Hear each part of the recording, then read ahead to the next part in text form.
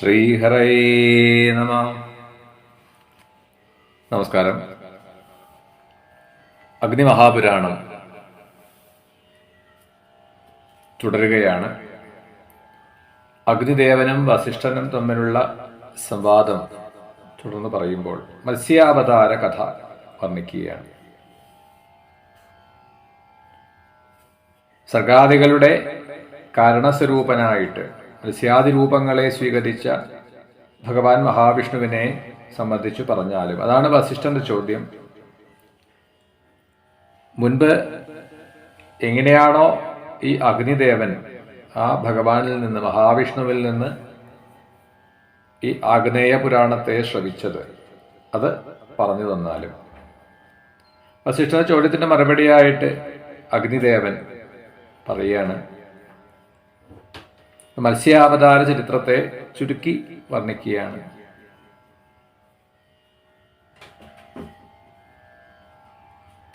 ഒരു കൽപ്പത്തിന്റെ അവസാനത്തിൽ നൈമിത്തിക പ്രളയം, ആ സമയം സകല ലോകങ്ങളും ജലത്താൽ മൂടി ഇരിക്കുന്ന അവസ്ഥയാണ്. വൈവസ്വതമനു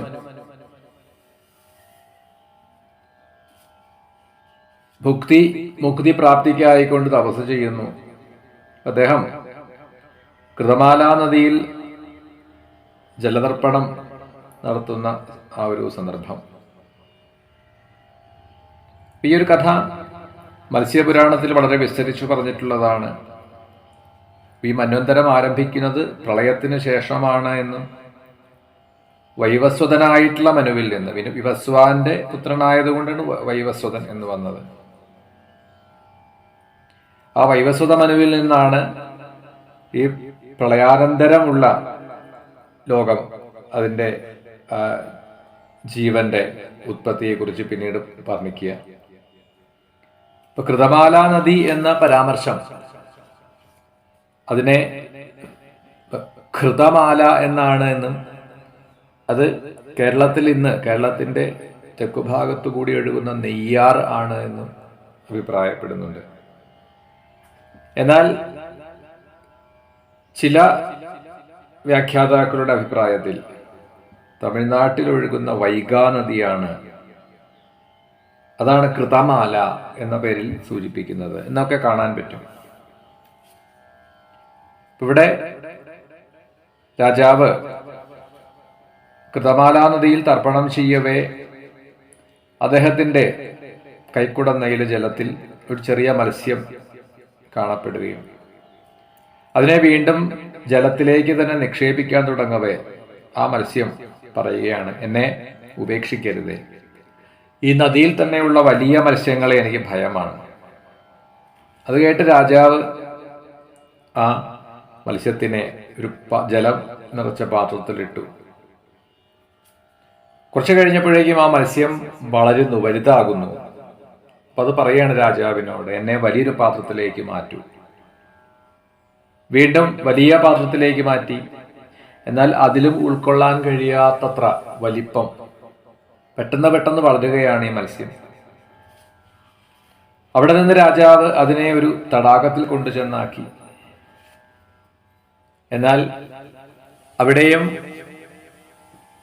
അതിന് വർത്തിക്കാൻ കഴിയുന്നില്ല. വീണ്ടും വലുതായിക്കൊണ്ടിരിക്കുകയാണ് ഈ മത്സ്യം. ഇനിയും കുറച്ചുകൂടി വിസ്താരമുള്ള എവിടേക്കെങ്കിലും എന്നെ മാറ്റൂ എന്ന് ആ മത്സ്യം പ്രാർത്ഥിക്കുകയാണ്. ഉടനെ തന്നെ രാജാവ് അതിനെ സമുദ്രത്തിൽ കൊണ്ടുചെന്ന് ഇട്ടു. ക്ഷണനേരം കൊണ്ട് 1,00,000 യോജന വിസ്താരമുള്ളതായി തീർന്നു. ആ അത്ഭുത മത്സ്യത്തെ കണ്ട് അദ്ദേഹം ചോദിച്ചു, അങ്ങ് ആരാണ്?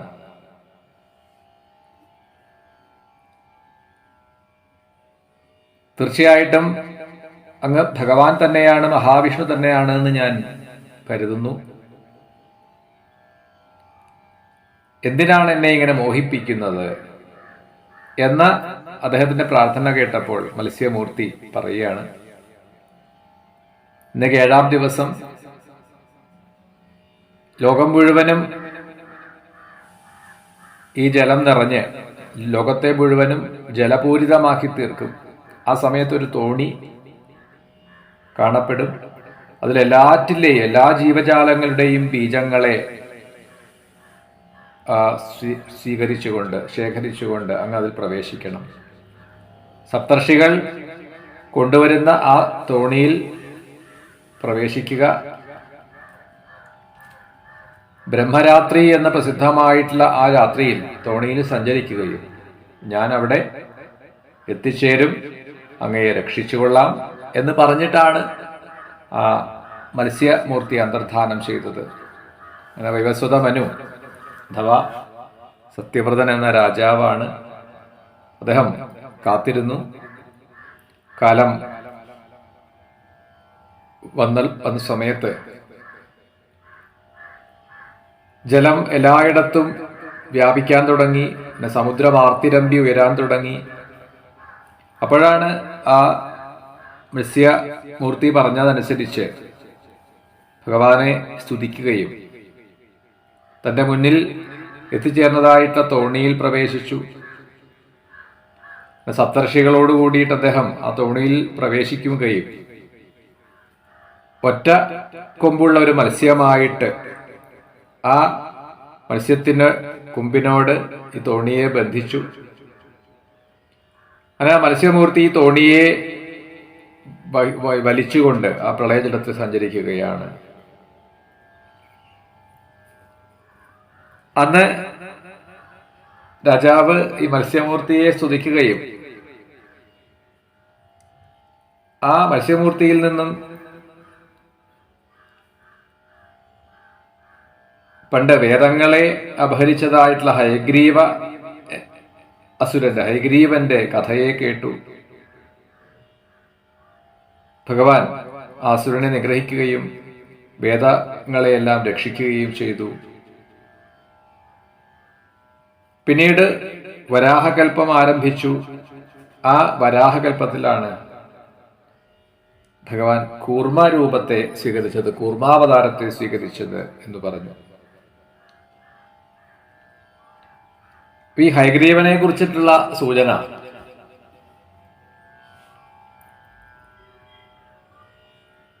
ദേവി ഭാഗവതത്തിലൊക്കെ കാണാൻ കഴിയും. ഹയഗ്രീവ അവതാരത്തെ കുറിച്ച്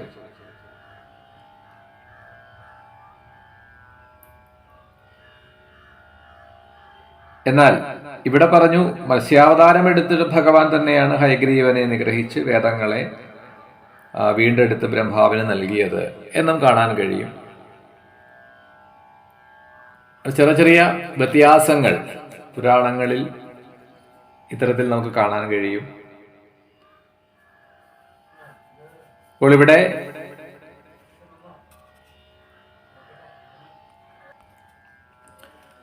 അവധിയിൽ വേദമന്ത്രാദ്യാൻ പാലയാമാസ കേശവ പ്രാപ്തേ കൽപേധവാരാഹേ കൂർമ്മരൂപോ ഭവദ്ഹരി. വരാഹകൽപ്പത്തിന്റെ ആരംഭത്തിൽ ഭഗവാൻ കൂർമ്മരൂപത്തെ സ്വീകരിച്ചു, കൂർമാവതാരം സ്വീകരിച്ചു എന്ന് പറഞ്ഞുകൊണ്ട് അടുത്ത ഒരു അവതാര കഥയെ വർണ്ണിക്കുന്നത് കൂർമാവതാര ചരിത്രമാണ്. അതെല്ലാം ഈ അഗ്നിപുരാണത്തിൽ വളരെ ചുരുക്കി മാത്രമാണ് പറയുന്നത് എന്ന് കാണാൻ കഴിയും. ശ്രീമദ് ഭാഗവതത്തിൽ വിസ്തരിച്ചിട്ടുള്ള ഒന്നാണ് പലാഴി മഥനം കഥ. അതുപോലെ കൂർമ്മ പുരാണം, അഷ്ടാദശ പുരാണങ്ങളിൽ പ്രസിദ്ധമായിട്ടുള്ള കൂർമ്മ പുരാണം വേറെ ഒന്നു തന്നെയുണ്ട്. ഇവിടെ ഈ കൂർമാവതാര കഥയെ ഒന്ന് ചുരുക്കി പറയുകയാണ് അഗ്നിദേവൻ വസിഷ്ഠനോട്. ഒരിക്കൽ ദേവാസുര യുദ്ധം നടക്കുകയും ആ യുദ്ധത്തിൽ അസുരന്മാർ ദേവന്മാരെയെല്ലാം പരാജയപ്പെടുത്തി. ആ ഒരു കാലഘട്ടത്തിൽ ദുർവാസാവ് മഹർഷിയുടെ ശാപം കൊണ്ട് ദേവന്മാരൊക്കെ ഐശ്വര്യം നഷ്ടപ്പെട്ടവരായിട്ട് തീർന്നു എന്നാണ്. ദുർവാസാവിനെ കുറിച്ചും എന്താണ് ദുർവാസാവ് കൊടുത്ത ശാപം എന്നും ഇവിടെ സൂചിപ്പിക്കുന്നുണ്ട്. അനസൂയ അത്രി ദമ്പതിമാരുടെ പുത്രനായിട്ടാണ്, ശിവാംശമായിട്ടാണ് ദുർവാസാവിന്റെ ജനനം. ക്ഷിപ്രകോപിയാണ് ദുർവാസാവ്. ഒരിക്കൽ ഒരു വിദ്യാധര സ്ത്രീ ഒരു വിശിഷ്ടമായിട്ടുള്ള മാല സമ്മാനിച്ചു ദുർവാസാവിന്. അത് ദുർവാസാവ് ദേവേന്ദ്രന് നൽകി എന്നാണ്. ഇന്ദ്രനാവട്ടെ തനിക്ക് ഈ മഹർഷി തന്ന മാലയെ ഐരാവതത്തിന്റെ മസ്തകത്തിൽ ചാർത്തി. അത് താഴെ വീണു. ഐരാവതം അതിനെ കാലുകൊണ്ട് ചവിട്ടുകയും ചെയ്തു. അപ്പൊ താൻ കൊടുത്ത സമ്മാനത്തിനെ നിസ്സാരമാക്കി കണ്ട്, അല്ലെങ്കിൽ അതിനെ ഒരു വിലയുമില്ലാത്തതായിട്ട് ഈ ഐരാവതത്തിന്റെ കാൽക്കീഴിൽ ചവിട്ടി അരയ്ക്കപ്പെടുകയാണ് ഉണ്ടായത്. ഇത് കണ്ട് ദുർവാസാവ് ശപിച്ചു ഇന്ദ്രനെ എന്നാണ്. നിങ്ങൾ ദേവന്മാർക്ക് ഐശ്വര്യമതമാണ്, അതുകൊണ്ട് സർവ്വ ഐശ്വര്യങ്ങളും നശിക്കട്ടെ എന്ന് ശാപിക്കുകയാണ്. ദുർവാസസിന്റെ ശാപം കൊണ്ട് ദേവലോകത്തിൽ ദേവന്മാർക്ക് എല്ലാ ഐശ്വര്യങ്ങളും നഷ്ടപ്പെട്ടു.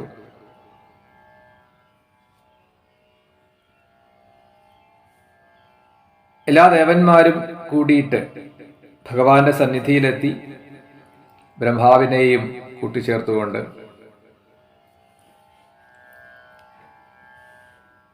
ഭഗവാൻ മഹാവിഷ്ണു ദേവന്മാരോടായിട്ട് പറഞ്ഞു, നിങ്ങൾ അസുരന്മാരോടുകൂടി ചേർന്ന് അവരോടൊപ്പം സന്ധി ചെയ്യുക. ബ്രഹ്മാദികാൻ ഹരിപ്രാഹ സന്ധിം കുർവന്തു ചാസുരൈ ക്ഷീരാബ്ധിമഥനാർത്ഥമഹി അമൃതാർത്ഥ ശ്രീയസുര. അസുരന്മാരോടൊപ്പം നിങ്ങൾ സന്ധി ചെയ്ത് പാൽക്കടൽ ക്ഷീരസാഗരം മഥനം ചെയ്യൂ. അപ്പോൾ തീർച്ചയായിട്ടും അതിൽ നിന്ന് നിങ്ങൾക്ക് അമൃത് ലഭിക്കും. നഷ്ടപ്പെട്ടതായിട്ടുള്ള ലക്ഷ്മിയെയും നിങ്ങൾക്ക് ലഭിക്കും. അതിന് ആ അസുരന്മാരെ, നിങ്ങൾ ശത്രുക്കളായി കാണുന്ന അസുരന്മാരുമായി യോജിക്കേണ്ടത്, സഖ്യത്തിൽ ഏർപ്പെടേണ്ടത് ആവശ്യമാണ്. ഈ ക്ഷീരസാഗരത്തെ, പാൽക്കടലിനെ മഥനം ചെയ്യണമെങ്കിൽ അതിന് മന്ദരപർവ്വതത്തെ കടകോലായിട്ട് ഉപയോഗിക്കുക, വാസുകിയെ കയറായിട്ട് ഉപയോഗിക്കുക.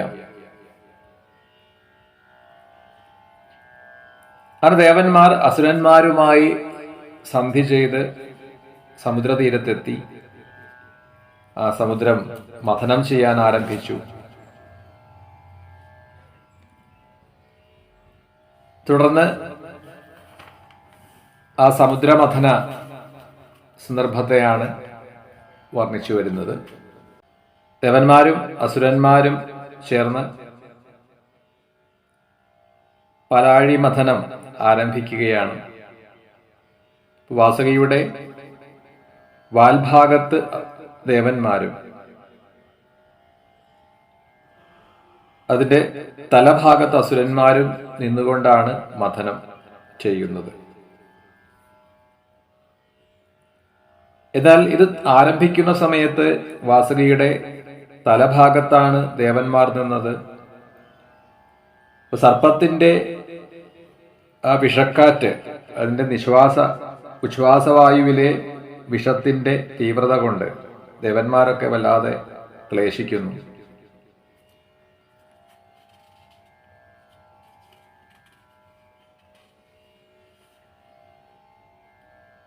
എന്നാൽ അതിനൊരു പോംവഴി എന്ന രീതിയിലാണ്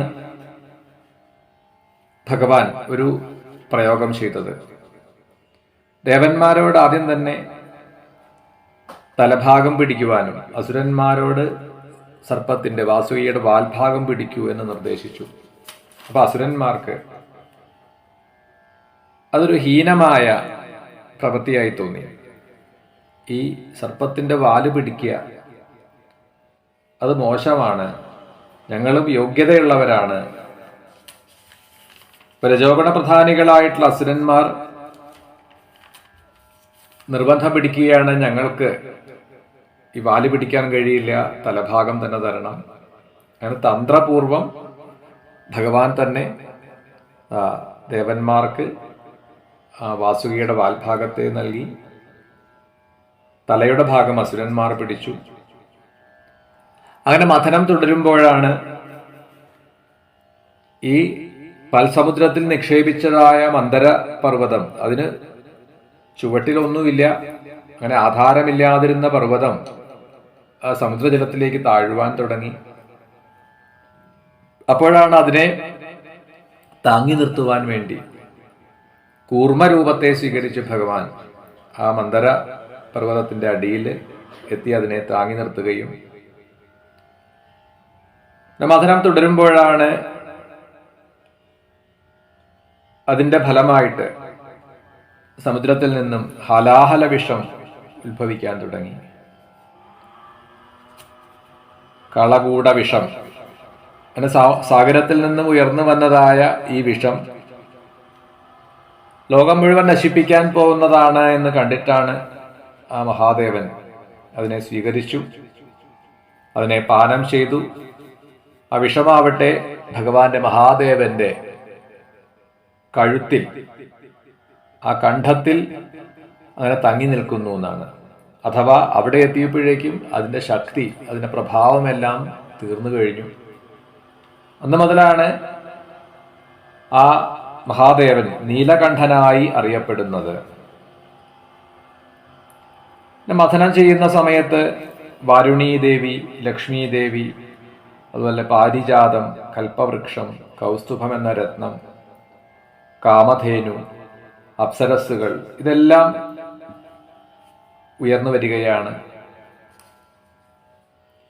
അതിനുശേഷമാണ് ധന്വന്തരീ മൂർത്തി അമൃതകലശവുമായിട്ട് ഉയർന്നു വന്നത്. അപ്പോൾ തന്നെ അസുരന്മാർ ധന്വന്തരീ മൂർത്തിയിൽ നിന്നും അമൃതകുംഭത്തെ തട്ടിയെടുക്കുകയും അവിടുന്ന് പലായനം ചെയ്തു. ഭഗവാനാവട്ടെ മോഹിനി രൂപത്തെ സ്വീകരിച്ച് അസുരന്മാരെ സമീപിക്കുകയും ആ മോഹിനിയുടെ സൗന്ദര്യത്തിൽ മയങ്ങി അസുരന്മാരൊക്കെ വിവശരായി തീർന്നു. അവർ ഈ അമൃത കലശം മോഹിനിയെ ഏൽപ്പിച്ചിട്ട് പറയാണ്, ഞങ്ങൾക്ക് പാകത്തിന് വിളമ്പിത്തരൂ. അങ്ങനെ ആ അമൃതകലശത്തെ ഭഗവാൻ സ്വീകരിച്ചു.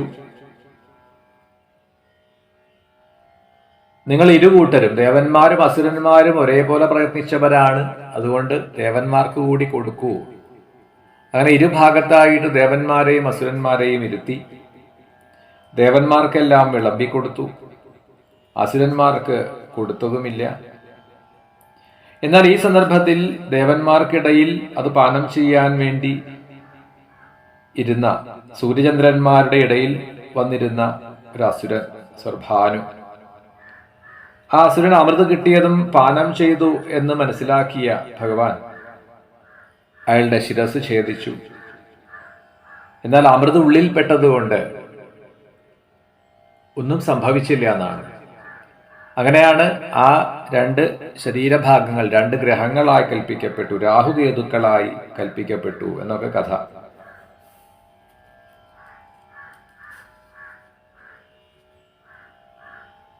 അപ്പോൾ അവിടെ ഈ അസുരൻ പ്രാർത്ഥിക്കുന്നത് ഭഗവാൻ ചക്രായുധം കൊണ്ട് ആ അസുരന്റെ ബാഹുക്കളും ശിരസും ഛേദിക്കുമ്പോൾ ഭഗവത് കൃപ കൊണ്ടും അമൃത ആഹരിച്ചതുകൊണ്ടും അമരത്വം പ്രാപിച്ചതായ അസുരൻ പ്രാർത്ഥിക്കുകയാണ്, ഞാൻ രാഹു എന്ന ഗ്രഹമാണ്, എന്നിൽ നിന്നും ഈ സൂര്യചന്ദ്രന്മാർക്ക് ഗ്രഹണം ബാധിക്കണം. ആ ഗ്രഹണവേളയിൽ നൽകപ്പെടുന്ന ദാനം അക്ഷയമായി തീരണം എന്ന് പ്രാർത്ഥിക്കുകയാണ്. ഈ അസുരന്റെ പ്രാർത്ഥനയെ കേട്ട് ഭഗവാൻ അനുഗ്രഹിച്ചു. അങ്ങനെ ആവട്ടെ എന്ന് പറഞ്ഞ് അനുഗ്രഹിച്ചു. പിന്നീട് ആ മോഹിനി രൂപത്തെ ഉപസംഹരിച്ചു, അവിടുന്ന് അന്തർധാനം ചെയ്തു. അതിനുശേഷമാണ് ആ മഹാദേവന് മോഹിനി രൂപം കാണണമെന്ന് ആഗ്രഹമുണ്ടാവുകയും മഹാവിഷ്ണുവിനെ സമീപിച്ചുകൊണ്ട് പറയുകയാണ്, എനിക്ക് അങ്ങയുടെ ആ സ്ത്രീ രൂപം, ആ മോഹിനി രൂപത്തെ ഒന്ന് കാണണം. അങ്ങനെ മഹാദേവന് വേണ്ടിയിട്ട് ഒരിക്കൽ കൂടിയിട്ട് മോഹിനി രൂപത്തെ സ്വീകരിച്ചു. ആ മോഹിനി മൂർത്തിയെ കണ്ട് ആ മായയിൽ, ആ വിഷ്ണു മായയിൽ മോഹിച്ചതായിട്ടുള്ള മഹാദേവൻ തൻ്റെ സമീപത്ത് നിൽക്കുന്ന തൻ്റെ പത്നിയായിട്ടുള്ള പാർവതീദേവിയെ പോലും മറന്നുകൊണ്ട് വിസ്മരിച്ചുകൊണ്ട് ഭഗവാൻ മഹാവിഷ്ണു സ്വീകരിച്ചതായ മോഹിനി രൂപത്തിൻ്റെ പിന്നാലെ പുറപ്പെട്ടു എന്നാണ്. ആ രൂപസൗന്ദര്യത്തിൽ മോഹവിവശനായി തീർന്നു. ഉന്മാദം ബാധിച്ചവനെ പോലെ മോഹിനിയുടെ പിന്നാലെ ചെല്ലുകയാണ്. അങ്ങനെ പോകുന്ന വേളയിൽ ആ മഹാദേവനിൽ നിന്ന് വീര്യം ഭൂമിയിൽ പതിച്ചു എന്നും അത് പിന്നീട് സ്വർണത്തിന്റെയും വെള്ളികളുടെയും ഖനികളായി മാറിയെന്നൊക്കെയാണ് പറയുക. എന്നാൽ ഒടുവിൽ ഇത് വിഷ്ണുമായയാണ് എന്ന് തിരിച്ചറിയുന്ന മഹാദേവൻ തന്റെ സ്വരൂപത്തിൽ സ്ഥിതനായി തീർന്നു. അപ്പോൾ ഭഗവാൻ പറയുകയാണ്, മഹാവിഷ്ണു മഹാദേവനോട് പറയുകയാണ്, അല്ലയോ രുദ്രദേവ, അങ്ങ് എന്റെ മേൽ വിജയം പ്രാപിച്ചിരിക്കുന്നു. ഈ ഭൂമിയിൽ, ഈ ലോകത്തിൽ, ഈ പ്രപഞ്ചത്തിൽ ഭുവനമോഹിനിയായിട്ടുള്ള മായയെ ജയിക്കുവാൻ അങ്ങേക്കല്ലാതെ മറ്റാർക്കും കഴിയില്ല. അസുരന്മാർക്ക് അമൃതം കിട്ടുവാൻ സാധ്യമല്ലാതെ വരുമ്പോൾ യുദ്ധത്തിൽ അവർ ദേവന്മാരാൽ പരാജിതരായിത്തീരും. ദേവന്മാർ സ്വർഗത്തിൽ വസിക്കുന്നവരാണ്, അസുരന്മാർ പാതാളവാസികളാണ്.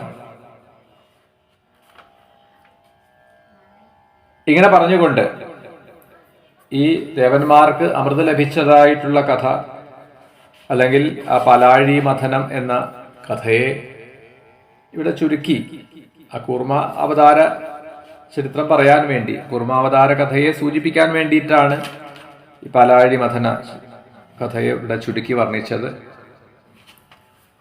ഈ കഥ സ്മരണ ചെയ്താൽ, ഇത് കേട്ട് കഴിഞ്ഞാൽ, ഈ ദേവന്മാർക്ക് വിജയം നേടാൻ കഴിഞ്ഞ ഈ ആഖ്യാനത്തെ പഠിച്ചാൽ സ്വർഗപ്രാപ്തി ലഭിക്കും എന്ന് ഫലശ്രുതി പറഞ്ഞുകൊണ്ടാണ് ആ ഒരു കഥാസന്ദർഭത്തെ അവിടെ സമർപ്പിച്ചത്.